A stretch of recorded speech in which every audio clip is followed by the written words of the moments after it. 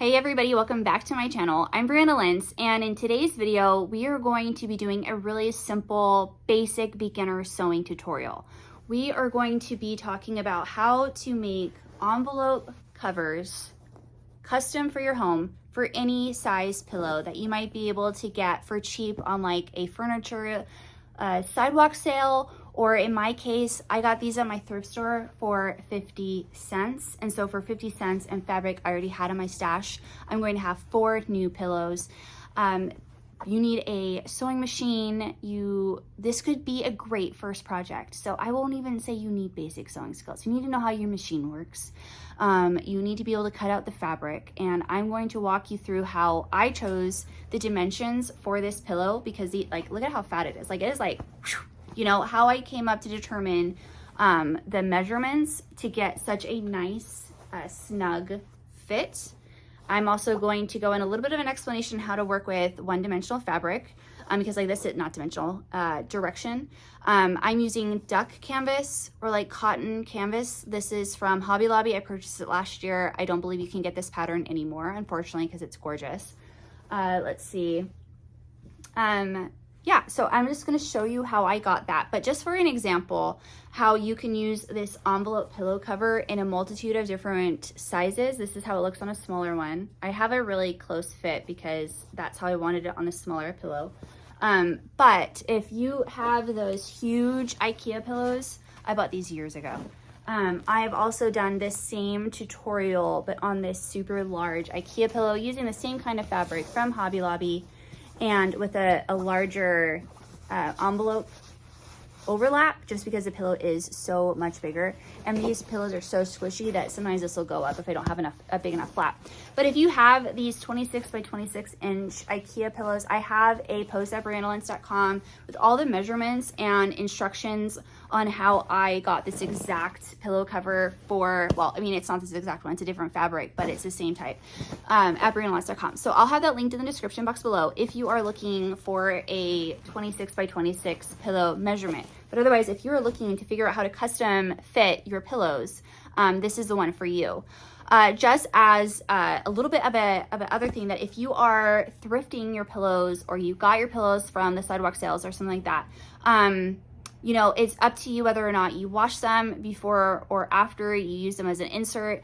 For example, I got these huge pillows. They're feather stuffed floor pillows. That's what I use them for. We use them to sit on the floor because they're so comfortable. And they have this zipper pillowcase with these with this insert. And I personally, and so did my husband, really liked this design. We felt like this worked really well in our house, and there are 4 of these. So we just took these to the laundromat and spent $10 to $12 and used their super huge washing machine. And we just washed them, took them home and let them air dry, and actually like took them from being super flat to all fluffed and beautiful. So I didn't need to recover those. I was just able to wash them. Some of the pillows that you will find, you will need to wash and be like really hygienic with, especially because you're thrifting. I'm going to be honest, these smell extremely clean. There's no odor to them. They don't seem dirty. Like there's no pets, no nothing. Like, I mean, I still have the tag on it, 50 cents. The only thing is that it's been like worn on the outer piping, the faux leather piping. So like right there. So I'm just gonna cover it anyway. So I'm just throwing it in there. And that's the great thing about the envelope cover pillowcase, is that you can take it off in case your kid pukes on it, in case you spill Dr. Pepper on it, or you know, whatever. You can go throw it, or you get like too much cat hair or dog hair on it, you can throw it in the washing machine. So if you are planning on washing this a lot, or if you're in any of those circumstances with pets, definitely make sure that you pre-wash your fabric so that it's pre-shrunk. Otherwise, you run the risk of taking this off, throwing in the washer and drying it, and then it shrinking and being too small for your pillow after you wash it for the first time. Just a disclaimer. So I think that I have talked enough. You just need basic sewing skills at this point, right? I think I covered that. You're just going to be doing some straight lines. So let's go ahead and get started into today's tutorial. Hey everybody, we are in the tutorial mode now. So this is that pillow that I was showing you in the intro to my video. I'm going to be using a self-healing mat, rotary cutter, and a ruler for this portion. The first thing that I'm going to do whenever I'm identifying like what size do I need to cut out my pillow covers is I'm going to put this in the bottom corner where it's 1 by 1 inch, and I'm going to see how big is my pillow. So at first glance, I accidentally shut off my camera. So at first glance, this pillow is going to measure about 14 by 14 all the way around, okay? However, my pillow is extremely thick. I mean, this is a thick pillow. It's 1, 2, 3, 4 inches wide. So I'm not gonna be able to just say, oh, this is a 14-inch pillow. I want half an inch seam allowance all the way around. I'm gonna do 15 inches. If I were to do that, this pillowcase would be way too small because of how thick it is. So I'm actually going to be adding another half an inch seam allowance to my pillow to compensate for how wide it is, because I want my pillow cover to be snug, but I don't want it to be bursting at the seams and possibly break the first time that I use it or the first time I have to wash it. So what you would do if you have a normal pillow is you're going to figure out what square or rectangle it is. Let's say 14 by 14. As a beginner sewer, it's really easy, especially for a simple project like this, to just use a half an inch seam allowance all the way around. So if you need a 14 by 14 pillow, cut it to 15 square, okay? And then just use half an inch seam allowance, because you don't want your pillow cover to be super baggy. Otherwise, you'll have what's called dog ears, and you'll have all this extra fabric in the corners. You want it to be snug, okay? And that's the benefit of using the thicker canvas, is that it will have the structure, so that way even if you do, like if it is snug, it will be able to withstand the pressure and the tension that you're putting on those seams. Okay, so like I said, this pillow is going to be 16 square. So it's 14, when I smush it out it's 15. I'm gonna do 16 just to compensate for how thick it is. Now, the next thing to consider is doing an envelope pillow cover. Okay, you have the front, which is going to be 16 by 16, but for the back, you are going to be sewing 2 pieces together. So you're going to need an overlamp. First, you're gonna have the seam allowance right here to cover and finish your seam properly so you have no exposed seams. So that's 1 inch. And then you're gonna have to figure out how much of an overlap you want. This is where you get to customize it for your pillow. As an example, just to compare, because this tutorial is for a custom fit. If you want a larger overlap, then you can do that. You can make it as big as you want. Just make sure that you will be able to insert your pillow in both sides. Because if you have too big of an overlap, you won't be able to fit it in both sides. It'll just be, there just won't be enough, because the seams up here will have too much tension and you'll rip. I hope that makes sense. So again, if you're interested in these measurements, I have that post linked down below. I went with a bigger overlap for this size pillow because this pillow is so squishy that when you squish it, okay, let me see if I can zoom out. Yeah, when I squish it, I have a bunch of stuff over here because I'm in the middle of like 74 projects, okay? Maybe just a slight exaggeration, it might be 32. But when you squish it, this comes up. So I've made these pillow covers to where I didn't have enough of an overlap, and so it just had its butt hanging out the whole time. Like, you don't want butt crack, like you just want it like nice, okay? So keep that in consideration. So for this one, this is a really stiff pillow, and so I just wanted just enough of an overlap to where it looked professional. I'm gonna bring this back down to a regular size. I hope that didn't jog you too much.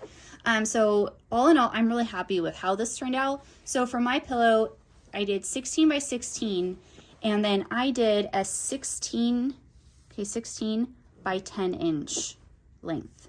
So then that would be 20 inches total. So I added 2 extra inches for my flaps, okay?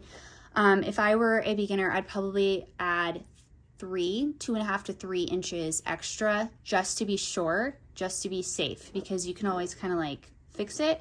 But if you're tight on fabric, I would just go that extra inch just to secure the fact that you'll have enough.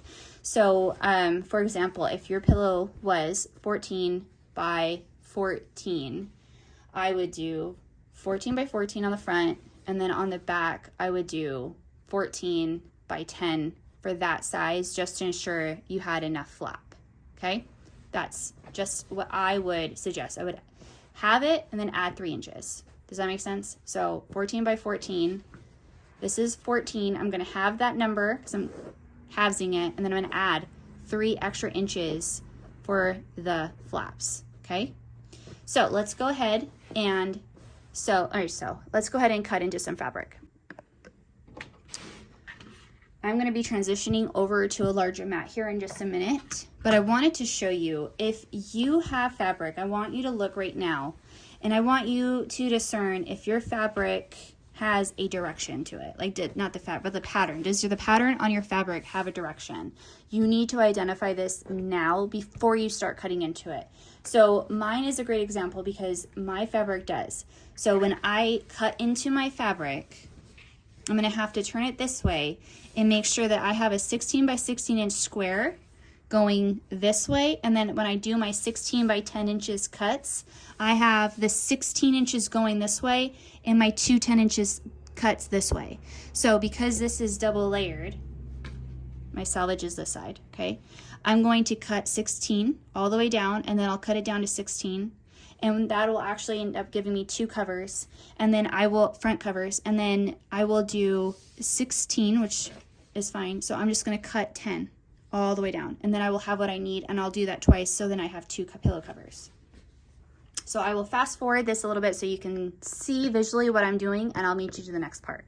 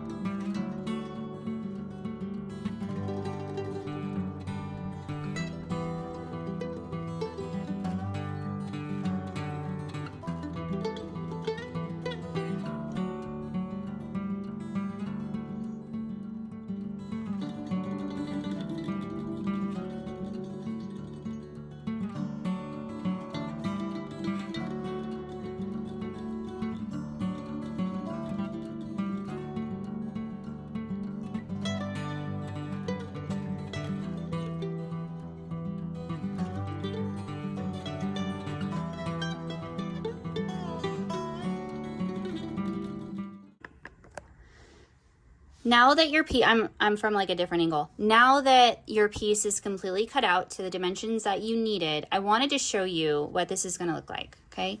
So this is your front panel. Mine is 16 by 16. So this will be the front of my pillow.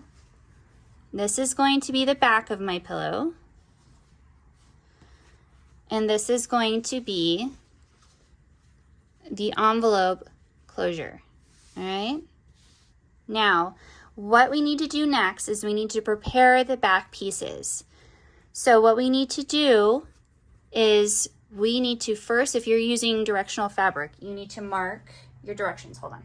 You need to give yourself a reminder, okay? So for example, you can use pins, and as long as you do this the same way on every single one, you should be fine. So take a pin and mark this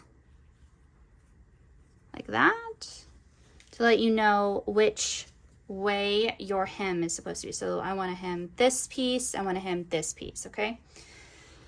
And what we're going to do is we're going to, if you have spray starch, that's great. If you have steam, that's great too, but you are going to do a 1/4 inch. We're going to go to our iron, and we are going to press a 1/4 inch up all the way down, okay?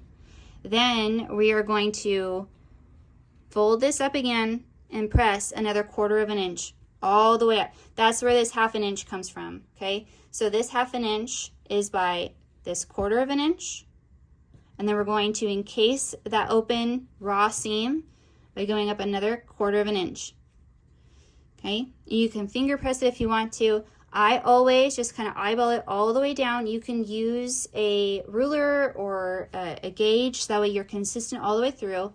And once I have these pressed, I'll show you what they look like and what we'll do next.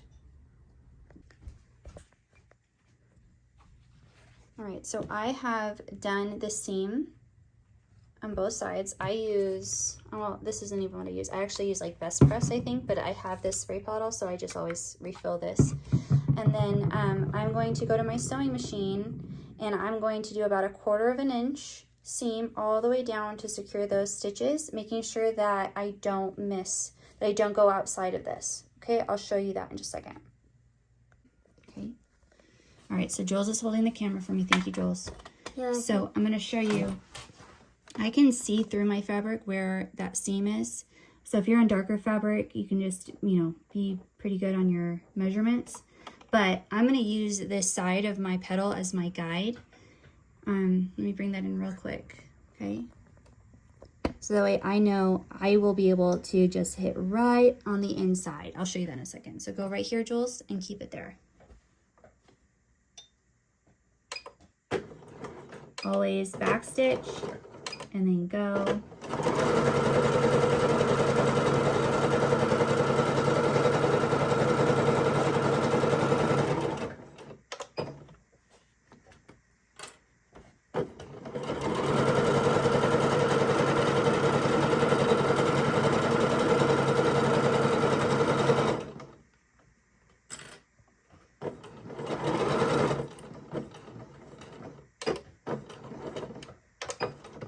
Okay, always back stitch, pull your thread out, and snip it. and snip your threads.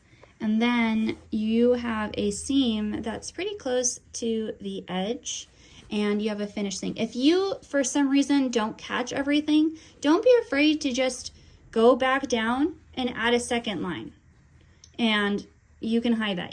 No one's gonna know that there's not supposed to be two seams there, okay? You're gonna be fine. These are your own homemade pillows and it's gonna be the back, okay? So now I've done my 2 flaps. I'm gonna show you how we're gonna pin this together. Now I'm ready to work with the big square part, but before I do any pinning or sewing, I'm actually gonna go iron this and get as many of these wrinkles as I can out so I have a nice clean finish when I'm all done. All right, that's better. It's not perfect, but that's okay. I'm going to be using these as pillows anyway. So now what we're going to be doing, I'm going to switch you guys up here. Now what we're going to be doing is we're going to be sewing right sides together. So this is going to be the front of my pillow. And I'm going to remove my pins.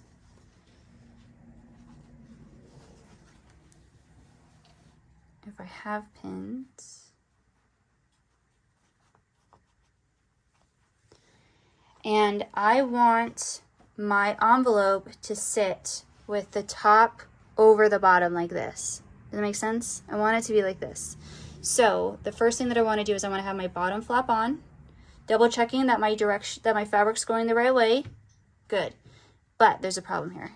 I need right sides facing each other.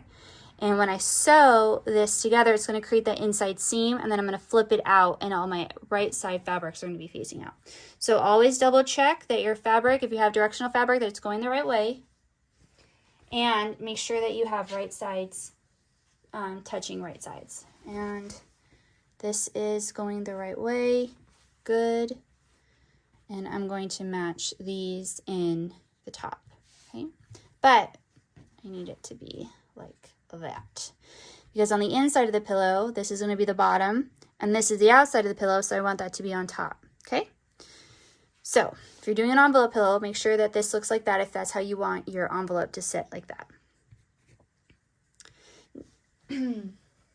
Next, I would like to mention that you will see people using these clips. I like these clips a lot. You saw me just using them when I was doing the simple hem. They serve a really good purpose.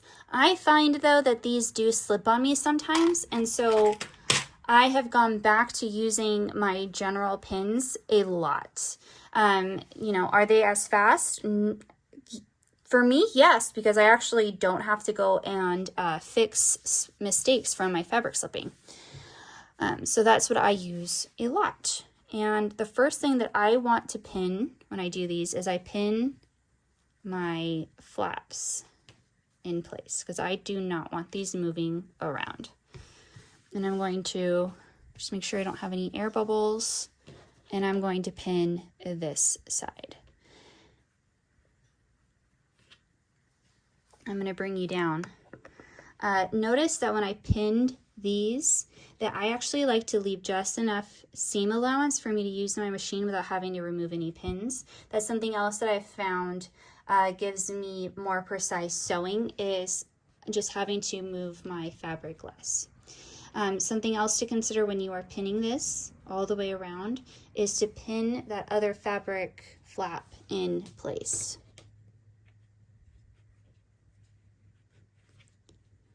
And just pin all the way around. As I'm pinning around, I want to explain something too.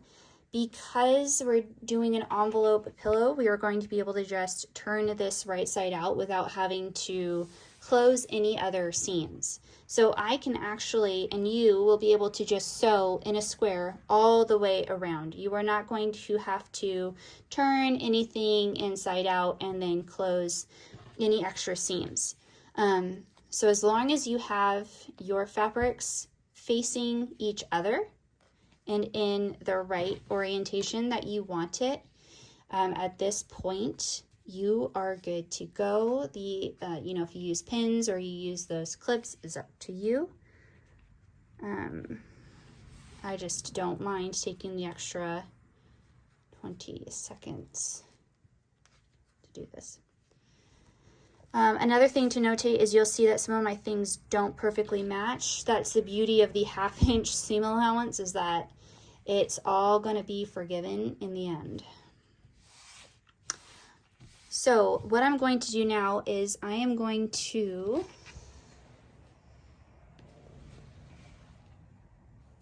sew using this side, and to make sure I know where these pieces are, I'm going to start on the bottom.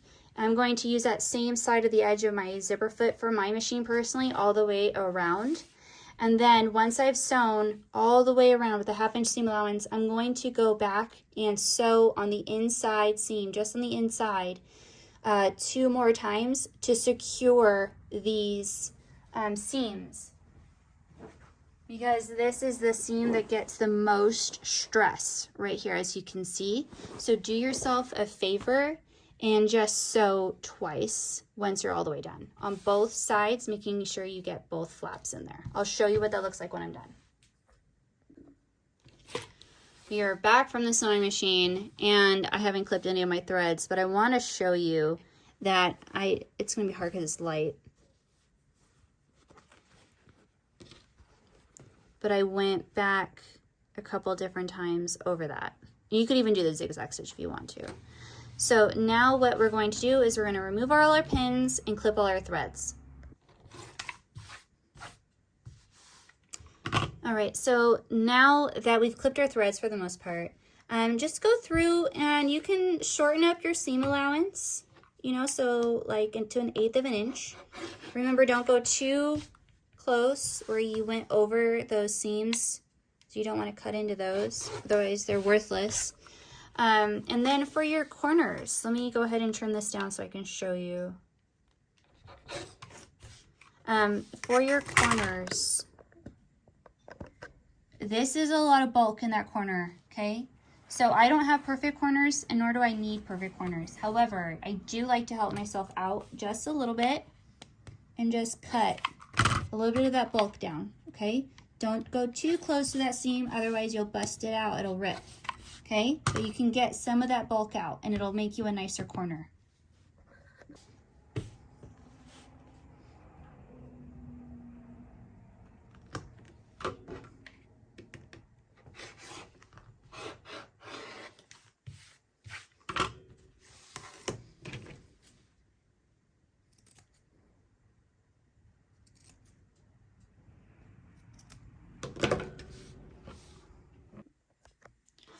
All right, so now everything is done. All your seams are finished. The only thing left now is to turn it right side out and to stuff the pillow. So I'm gonna put my fingers in the corners. I'm gonna bring it towards me. Okay, and I'm gonna flip it over and do the same thing. This makes my life easier later.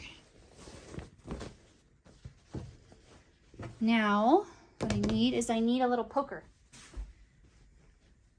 I have this stick that I got from a polyfill bag, and I know it's my special poker stick because I put Sharpie on one side of it, but it's tapered on one end, but it's not sharp. So this is like I don't even know how many pillows I've done, because I've done like cross stitch pillows, and I've been making pillows for so many years. Anyway, pillow covers. And I use this to like stuff fabric and my crochet toys. It's me and this stick have been through a lot, is what I'm trying to say. Different states even. I think I've had this since I lived in Colorado. Anyway. Not the beaches of California though. Not that I lived at the beach. It was half an hour away, but either way. But because we cut down that bulk, it's not a perfect corner, but it'll do. You can kind of go back and work that fabric a little bit more. I never want to risk poking out my corners because I've done that before and it stinks. So now finally, I'm actually going to take this to my iron and get everything to behave the way that I want it to before I put it into my pillow. And go through and examine to see if I have any other strings. And these little things to details is what's going to give your work a really finished look. We're not looking for a factory made, but we do want it to look like you know, that you take pride in your work, right? So I'll be right back. Much better. It just makes all the seams, like I said, behave how I want them to, and just give it a final look over. It looks really nice. All my lines are straight. Everything looks good. Everything's facing the right way. So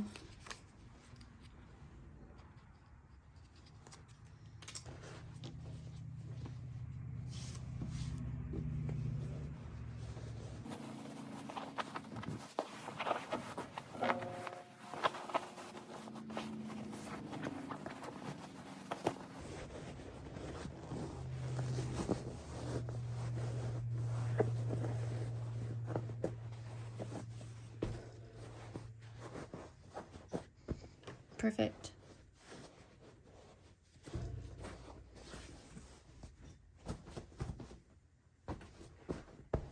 And it's a nice, clean finish.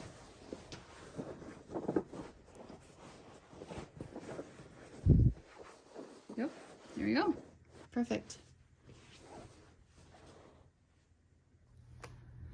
All right, and that about wraps it up. I hope that you found this tutorial really helpful to you. If you did, please share this across your social media, that you found this helpful, or that you think that this might be helpful to a friend or somebody that's interested in learning to sew. Send them my channel. They might not have found me, and that's gonna really help me broaden my horizons on YouTube. If you like this video, that also helps me in the algorithm. And don't forget to subscribe so that way you don't miss every video that's coming out in the month of September, because it is August 2024, but starting September, I am going to be uploading every day but Sunday for the month of September. So don't miss the video gauntlet that's about to happen for fall and Halloween.